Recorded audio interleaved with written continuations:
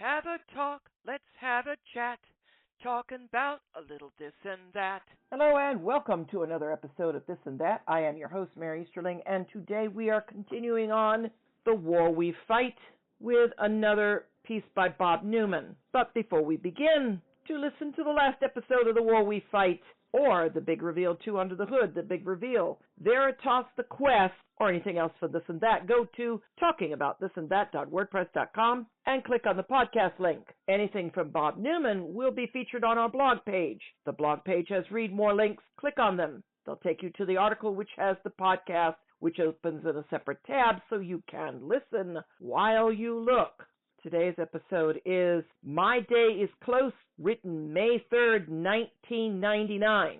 Bob writes, in the camp of the Nicolaitans, my day is close, for long many have cried, peace, peace, quote unquote, and have spoken of a harvest yet to come. Only they served with eloquent speech as season came and season passed. As the trumpet of judgment sounds no longer will idle words be spoken. No longer will distraction and diversion rule in the camp of the Nicolaitans. For all servants and those held inside the camp as bondservants shall the Spirit of the living God be poured out upon. Upon the lowest to the highest will the word of the Lord be manifest. For young and old, male and female, shall see dreams upon their beds. They shall walk through the valley of vision. They will proclaim the oracles of God with stammering lips and with faltering language and an utter lack of guile. Full stop. Guile. That's a word most people don't know about. Cunning, deception, sly, or cunning intelligence. In other words, slick. Another idea from Merriam-Webster would be deceitful, cunning, duplicity, a war that called for guile rather than firepower, or obsolete stratagem trick. Insidious, cunning in attaining a goal, crafty or artful deception, duplicity. The synonyms listed craft, fraud, trickery. Do you get it? And it reminds me that in the scriptures, Paul told us the gospel that he preached to the Gentile was not done with crafty words, but rather straightforward, accompanied by the signs listed, the things that Jesus said to his disciples that would be the proof in the pudding that they were his disciples doing his work. Right, but that's not what we've been getting in the church, is it? Not for a long time. Not with Word of Faith.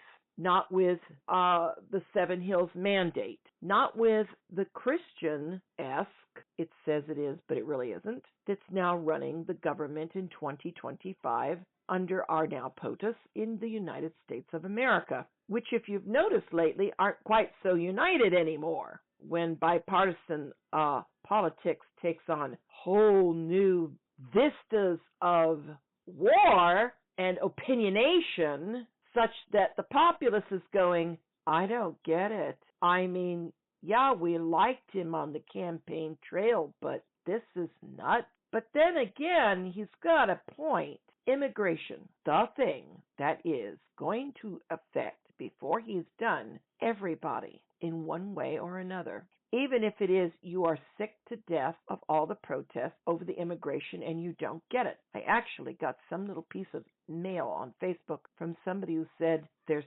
floating talk of having the immigrant that work the farms replaced by people on Medicaid. They want to keep it. Let them go out in the fields and do the work. And the picture is people in wheelchairs, little old people, people with canes and crutches, trying to pick the field. When I was a little girl, my grandmother and I went to some place in South Broward that had strawberry fields, and we picked strawberries. That was not nice work. I mean, we didn't need a whole lot, but it was still a lot of work. And these people have to pick the whole field. I mean, you've got several acres worth of these low-lying plants to the ground. There are reasons why regular United States citizens won't do that kind of work. We've become too soft get homesteaders out there, and they'll just clean up. They'll be like, yeah, no, we don't need these immigrants. We can do this work. You're going to pay us, right? And then we're going to go back home. We're going to pick our own crops. Yeah, right. Why? They're a different mindset. Us slick city folk, we ain't got what it takes to get out there and do sun up, sun down, day after day after day until the harvest is all in. Ooh, that's some nut stuff. And you go from field to field to field. Yeah, that's really some stuff. But, all right, I'll see how that plays out. There's a lot of pushback on that idea. That's not going to be a good idea. It shows you the disconnect between the people in the White House and the people who are out on the streets in the state. Then again, artificial intelligence, my educable Artie. He says lots of stuff, and you can bet your bottom dollar that pretty much everything he says is possibly truth twisted. Truth twisted is a lie. So, God is speaking. Bob writes, "For I have called them to take their instruments of planting and their tools of harvest to the forge of God." Stop. Forge of God. That Forge series was done on talking about this and that.wordpress.com. Go take a look in the Big Reveal, or Veritas the Quest, the Forge series. Since these were from Bob, once you find them on the podcast page, you can then go back and look on the blog page and listen while you look. Bob continues, God is talking. Bob writes, "In my pure fire will the weapons of the final war be shaped and tempered. Multitudes of people together for my day. My day, children, is close at hand. It is not far off, for I have promised myself this and spoken of it long and often, as my day is once again established upon this earth. A day of darkness, a day unlike any seen since the creation of the cosmos. For it is truly a great and terrible day as I exalt myself upon the heathen and glorify myself upon the peoples. For there is a remnant among you, ignored and despised, yet who still stands upon my walls, who gives me no rest, till once again the words Hephzibah and Beulah come from my lips. Meaning, full stop, right now,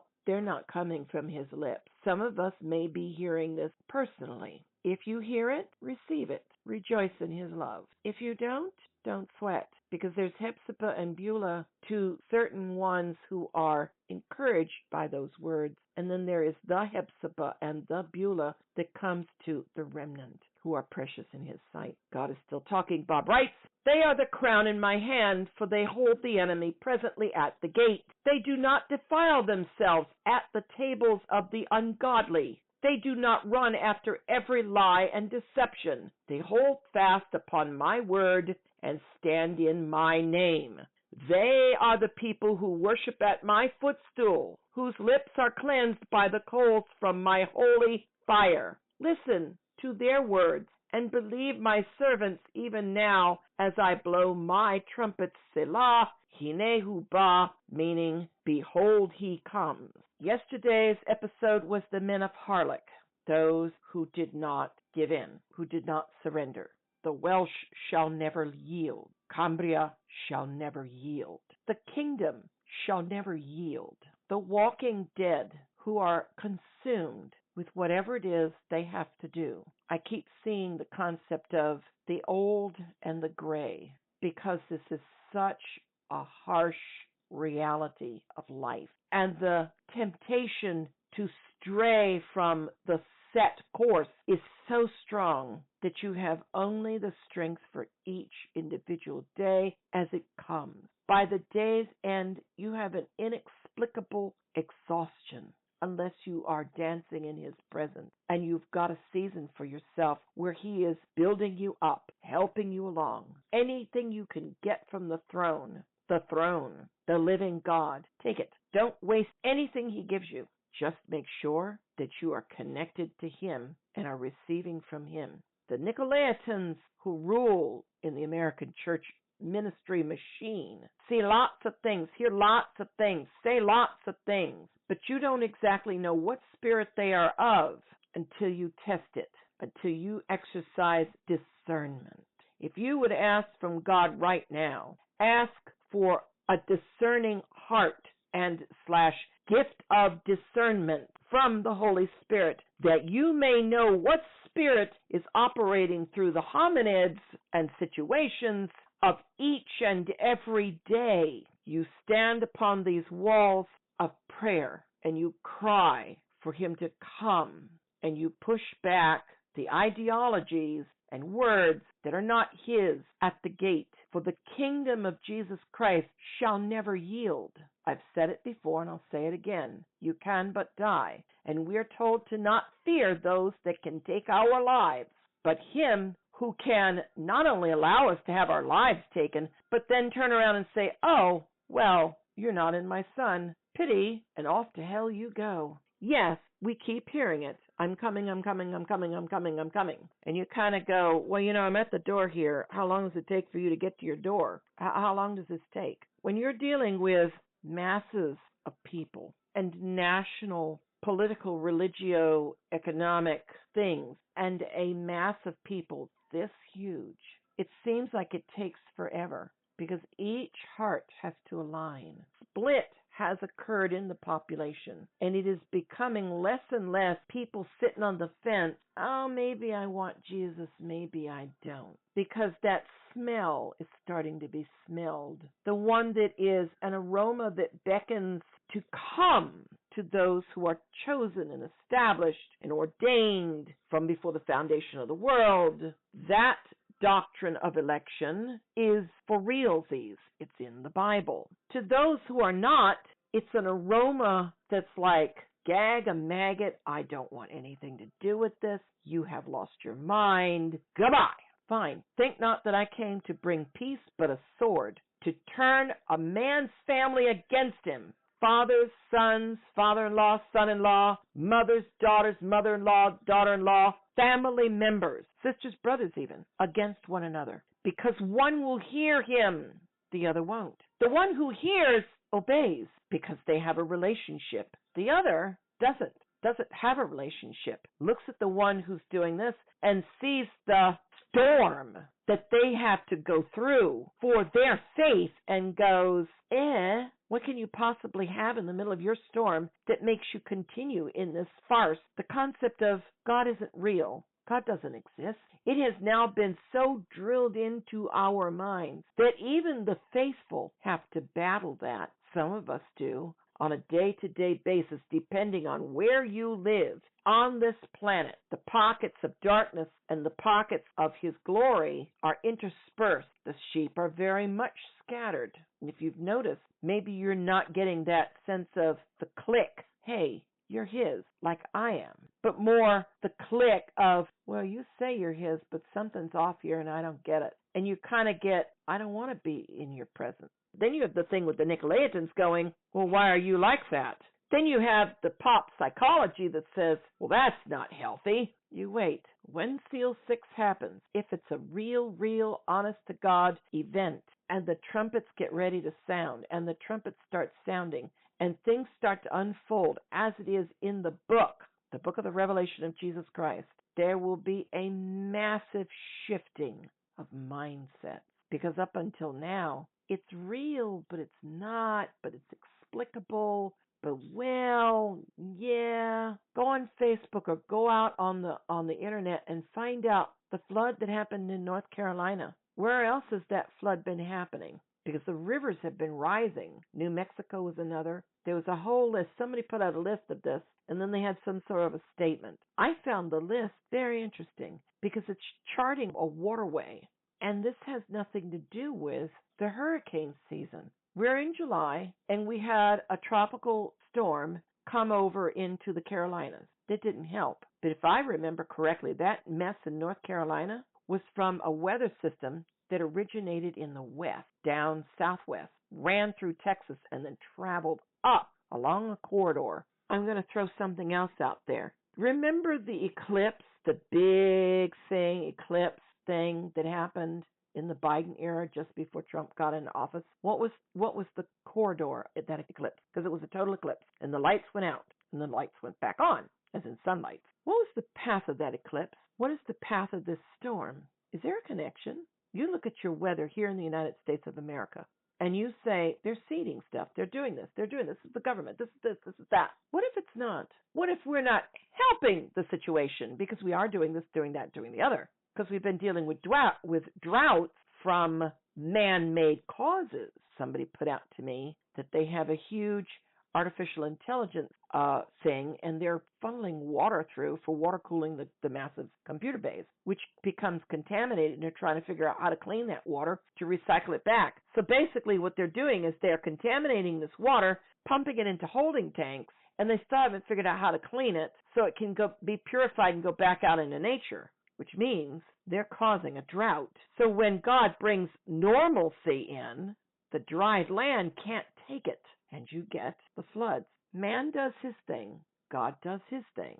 And yet, who orchestrates the heart of man but God?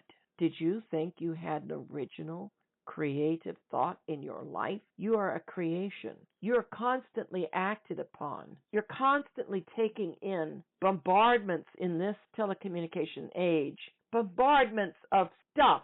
I mean, I'm coming at you. If you're listening to this broadcast, this is just more stuff, right? To those with a discerning ear, let them hear. Behold, he comes. No, he's here. This is just not that day yet. Talking about this and that.wordpress.com, and go look for Revelations Another Look, and take a look at how I went through that book, looking at it using a historical event. And it's very theory and conjecture, because I'm looking at how these things could manifest. But if you wondered how the beast regimes ever got themselves together, look no further than the United States of America's administration right now. It is an Antichrist regime because it is lawless. And we have no truth. Don't believe everything you hear from the internet, the Facebook, X, Truth, any Christian web search, the news media. Listen a little bit better to what they're saying outside the United States about what they're seeing in the United States. And notice that maybe what they say is a little different than what we are saying inside the United States. Why? How much panic do you want on the street? Places that have seen this day in their countries are commenting. I guarantee. But Associated Press International has been banned from anything here in the United States. Reuters does have its feedbacks, but even that is scrubbed. There's no actual truth being told us. Since you're not there, you don't know. But there is somebody who is in the room with every conversation, that plans every venue and says every word. He's the Holy Spirit. And if he discloses something to you, find out what you're to do with it. Most of the time it will be something you pray about. And prayer is the one thing that the remnant must now do. For the bride amongst the remnant, the clarion call has gone out. Have you stopped giving him rest till he return? As in, when are you coming for us? Right. And that will do it for this episode of This and That. Until then.